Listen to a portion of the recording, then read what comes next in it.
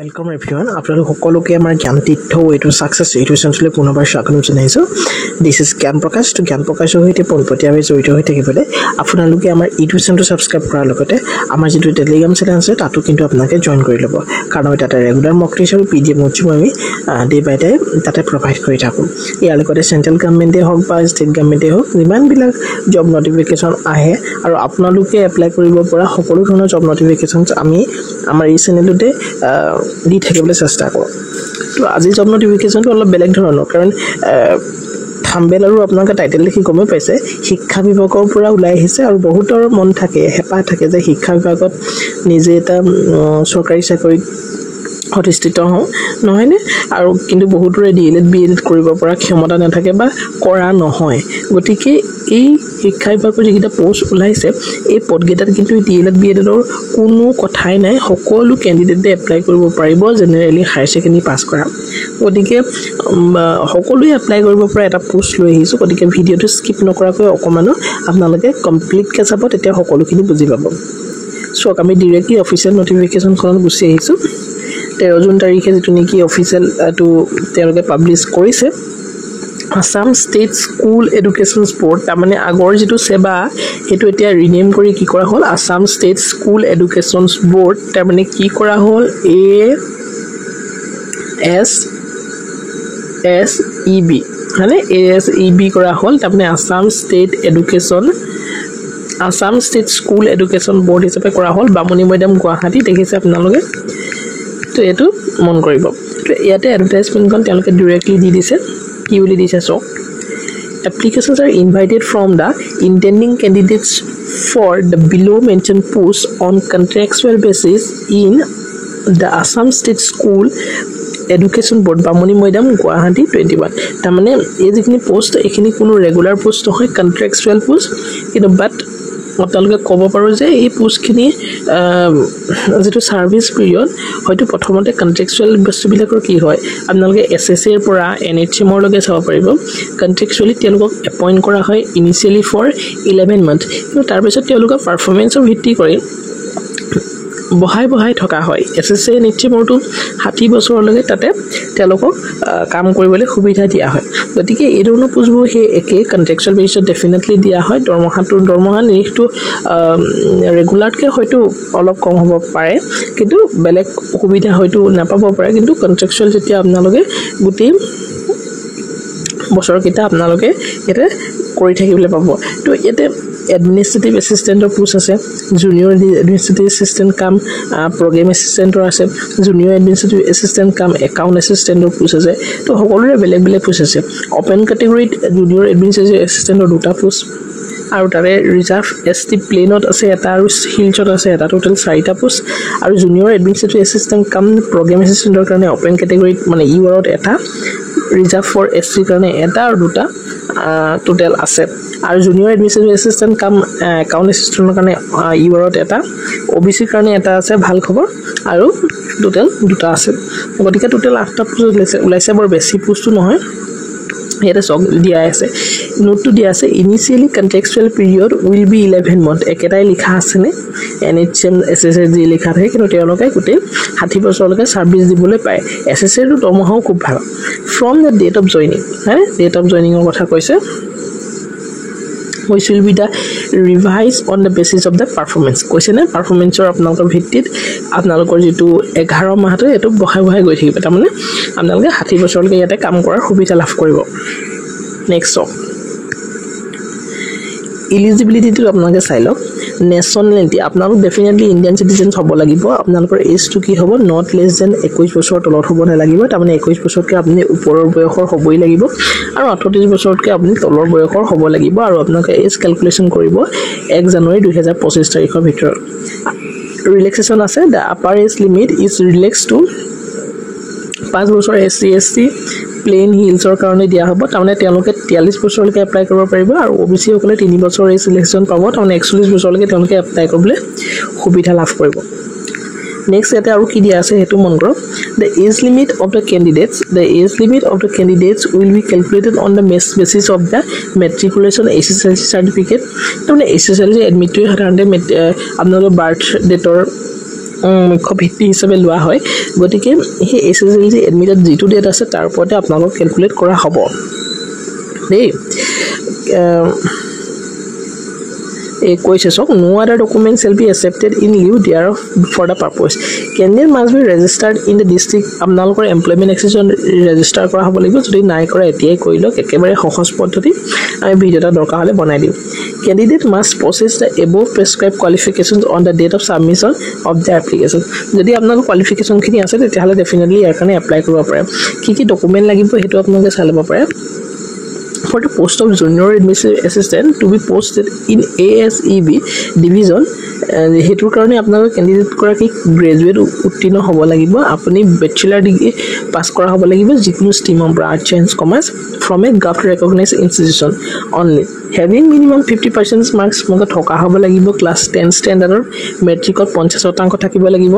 12 higher সেকেন্ডাৰীত 50% থাকিব লাগিব গ্ৰেজুৱেচনত থাকিব লাগিব 50% তেতিয়া হলে আপোনালোকে এপ্লাই কৰিব পাৰিব সকলোতে আসলে 50% লাগিব নেক্সট কৈছে কি কৈছে সব Candidate must have minimum 6-month certificate or diploma in computer applications from a government recognized institution. তাৰমানে আপোনালোকৰ এখন সমহীয়া ডিপ্লোমা থাকিব লাগিব computer application for the candidates having marks more than 70% in any of the 10th 12th and graduation level examination extra marks up to maximum 5 marks will be awarded during the selection process যদি আপোনালোকে matric higher secondary বা গ্ৰেজুৱেচনত কোনোবা এটাত হলো 70% marks লাভ কৰিছে বা তাতকৈ ওপৰত লাভ কৰিছে তেতিয়া হলে আপোনালোকে বোৰ্ডৰ তৰফৰ পৰা 5 নম্বৰতে এৱাৰ্ড কৰা হ'ব 5 নম্বৰতে আপোনালোকক বেছিকে দিয়া হ'ব বাকি ক্যান্ডিডেট সকলক For the candidate having marks more than 80% in all the 10th 12th and graduation level examinations যদি গুটেই গিটাতে যদি আপোনালোকে 80% লাভ কৰিছে তেতিয়া হলে আপোনালোকে এক্সট্ৰা 10 মাৰ্ক এটা আপোনালোকক দিয়া হ'ব গতিকে খুব ভাল খবৰ একাডেমিক্সৰ ওপৰত গুৰুত্ব দিছে তেওঁলোকে next for the candidates having work experience in a relevant field in any government or government undertaking offices extra marks up to maximum 10 will be awarded যদি আপোনালোকে বেলেগ গভট অফিসত কাম কৰিছে তেতিয়াহলে আৰু 10 এটা আপোনালোকক এক্সট্ৰা দিয়া হ'ব তাৰমানে কথা হ'ল আপোনালোকে যদি মেট্ৰিক বা হাই সেকেন্ডাৰী গ্ৰেজুৱেচনত লগে 70% কোনোবা এটা আছে তাৰ পৰা আপোনালোকে 5 মাৰ্কস এটা পাব আৰু গুটেই গিটাতে যদি আপোনালোকৰ 80% আছে গুটেই তিনিটাতে 10 মাৰ্ক এটা এক্সট্ৰা হ'ব আকৌ আপোনালোকে যদি কিবা এক্সপেৰিয়েন্স আছে তেতিয়াও 10 মাৰ্ক এটা এক্সট্ৰা পাব তাৰমানে 25 মাৰ্ক এটা আপোনালোকৰ আহিয়ে যাব ইজিলি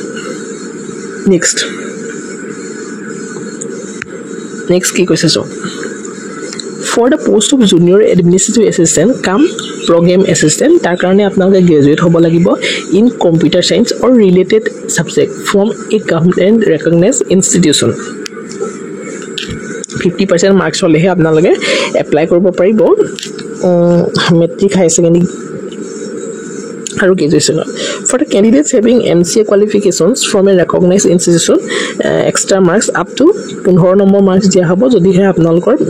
MCA আছে আৰু for the candidates having work experience যদি আপোনালোকৰ আছে তেতিয়া 10 মাৰ্ক এটা এক্সট্ৰা হ'ব ইয়াটো হে 25 মাৰ্কস আপোনালোকক এক্সট্ৰাকে দিয়া হয় next for the post of the কি কৈছে junior administrative assistant কাম account assistant ইয়াৰ কাৰণে আপোনালোকে গ্ৰেজুৱেট হ'ব লাগিব খালি আপোনালোকে কমাৰ্চৰ গ্ৰেজুৱেট হ'ব লাগিব আৰু আপোনালোকৰ 50% mark data লাগিব 10th standard 12th standard and graduation লাগিব candidate having CA interpassing certificate will be awarded extra marks যিহলে CA pass কৰি থৈছে তেওঁলোকে 10 মাৰ্ক এটা এক্সট্ৰা পাব candidates having proficiency in tally will be awarded extra marks up to 5 marks এটা লাভ কৰিব tally যদি আপোনালোকৰ proficiency আছে Next candidate must have minimum 6-month certificate or diploma. Computer diploma to definitely আজিকালি সকলোতে বিচাৰে for the candidates having experience যদি আপোনালোকৰ government recognized institute আছে তেতিয়াহলে তাৰ পৰা 10 মাৰ্ক এটা লাভ কৰিব সেই একে কথা 25 মাৰ্ক এটা এক্সট্ৰা আসলে আপোনালোকে লাভ কৰিব আৰু আপোনালোকৰ যেটো salary package টো কি হ'ব 18000 কে দিয়া হ'ব per month for the first 11 মাহৰ কাৰণে the remuneration will be revised after 11 months of contractual period with a lump sum enhancements of 6% only if re-engaged 6% কে আপোনালোকৰ আচলতে ইনক্ৰিমেন্টটো হৈ থাকিব absorption of such contractually engaged candidates in regular post will be as per provision of the regulation of the board তো তেওঁলোকৰ বোৰ্ডৰ পৰা যদি কিবা ৰিকুইড ওলাই তেতিয়া ৰেগুলাৰাইজটো কৰা হ'ব পাৰে তো এই ওয়েবসাইটত গৈ পিনি আপোনালোকে ইয়াতে এপ্লাই কৰিব পাৰিব আৰু আপোনালোকৰ 17 জুনৰ পৰা এপ্লাই হৈছে 7 জুলাইলৈকে এইখিনি এপ্লাই চলি থাকিব গতিকে অনলাইন আবেদন অতি সোনকালে আপোনালোকে কৰি লওক কাৰণ পাছলৈ সাইটটো ডাউন হ'ব পাৰে ঠিক আছে Candidates can apply for all the posts in one single application only. While applying for multiple posts, the candidate must ensure that she is eligible for all the applied posts. Application with inadequate qualifications for applied posts will be summarily rejected. Buji paisa nichhoy candidate need not to submit the hard copies of the application. Kuntu hono dibbo na lage just no offline application will be accepted. Tamne apnaloke online আবেদন কৰিলে হৈ যাব application fees বুলি কবলৈ গলে 500 টকা আপোনালোকে general ক্যান্ডিডেটৰ কাৰণে এপ্লাই কৰিব লাগিব আৰু ৰিজাৰ্ভ ক্যাটেগৰীৰ কাৰণে 350 টকা মাত্ৰ আপোনালোকে পেমেন্ট কৰিলে হৈ যাব payment has to be made through online mode only online mode de apply korbo yet offline kono kothai nai incomplete applications kon definitely এখন রিজেক্ট হ'ব এটো কবই না লাগে সিলেকশন প্ৰসিডিউৰ আপোনালোকে কি হ'ব চাই লগে এবাৰ confusions খিনি দূৰ হ'ব লাগে one common recruitment test 2025 CRT hobo will be conducted for all the successful applied candidates etai hobo common recruitment test and based on the common recruitment test shortlisted candidate will be called for the further selection process and tarpora shortlist kori pani apnalokor interview le hoyto mata hobo ba document verification mata hobo further process will include skill test and personal interview he koi dise skill test ba personal interview apnaloka tarpasot hobo a detailed notification in this regard will be published in due course of time ya pasote ekhon detailed notification yar por মানে পৰীক্ষা কেনে ধৰণে হ'ব হেখিনিৰ ওপৰত publish তেওঁলোকে কৰিব বুজি পাইছে application will be accepted and confirmed only after successful payment only payment কৰাৰ পিছতে কিন্তু হেখন accept কৰা হ'ব under any circumstances application will not be accepted after last date of the as declared so here আৰু যদি আপোনালোকে বিচাৰে এই পোষ্টমত এপ্লাই কৰিব তো ডেফিনেটলি আপোনালোকে এপ্লাই কৰিব পাৰে 7 জুলাই তাৰিখে লাষ্ট ডেট তো ভিডিওটো সৰু এটা ইনফৰমেটিভ ভিডিও আছিল তো ভিডিওটো ইমান হ'ব স্বাগতম thank you so much in the next video